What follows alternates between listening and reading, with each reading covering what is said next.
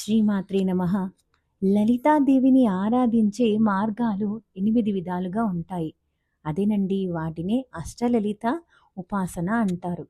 మరి ఈ అష్టలలితలు అంటే ఎవరో చూద్దామా? శ్రీ లలిత మహాత్రిపుర సుందరి అంటే సృష్టి స్థితి లయలకు ఆధారం.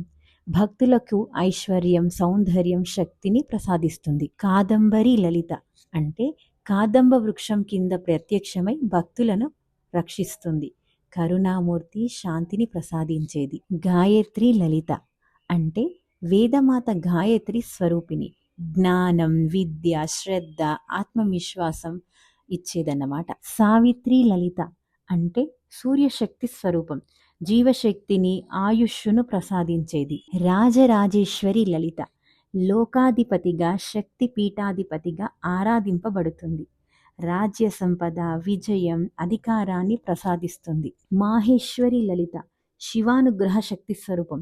ఆధ్యాత్మిక శక్తి, దివ్య జ్ఞానం ప్రసాదించేదన్నమాట. భువనేశ్వరి లలిత జగజ్జనని, విశ్వరూపిణి, మోక్షం, పరిపూర్ణ శాంతి ప్రసాదించేదన్నమాట. పార్వతీ లలిత అంటే శివపత్ని శక్తి రూపం. మనకు ధైర్యం, కుటుంబ శక్తి, ఐశ్వర్యం ఇస్తుంది అన్నమాట. అష్టలలిత ఆరాధన చేస్తే మనకు ధనం, ధైర్యం, జ్ఞానం, ఆయుష్, కీర్తి, ఐశ్వర్యం, సుఖం, మోక్షం కలుగుతాయన్నమాట. ఈ అష్టలలిత ఆరాధన అనేది మనం ముఖ్యమైన రోజుల్లో ఎప్పుడైనా చేసుకోవచ్చు. శుక్రవారాలు కానీ, పౌర్ణిమ రోజుల్లో కానీ, లేదా నవరాత్రుల్లో అయినా చేసుకోవచ్చు. కానీ నిత్యం చేసుకోవాలి అనుకునే వారు మాత్రం గురూపదేశం తీసుకొని చేసుకోవాలండి. ఏదైనా చేయాలంటే ఒక పద్ధతి ఉంటుంది కదా, అందుకని. ఏదైనా ముఖ్య రోజుల్లో లలితా ఉపాసన చేయాలనుకునే వారు మాత్రం శుచి, శుభ్రత, ధూపం, దీపం, నైవేద్యం, లలితా సహస్రనామ పారాయణం, అష్టలలిత నామావళి జపం, స్తోత్రాలు, కీర్తనలు చేసుకొని అమ్మవారిని ఆరాధించవచ్చు. అమ్మ దయ ఉంటే అన్నీ ఉన్నట్టే.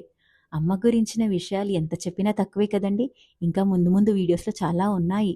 ఏం ఆలోచిస్తున్నారు మరి? STR డివోషనల్ ఫాలో అయ్యి లైక్ చేయండి, సబ్స్క్రైబ్ చేసుకోండి.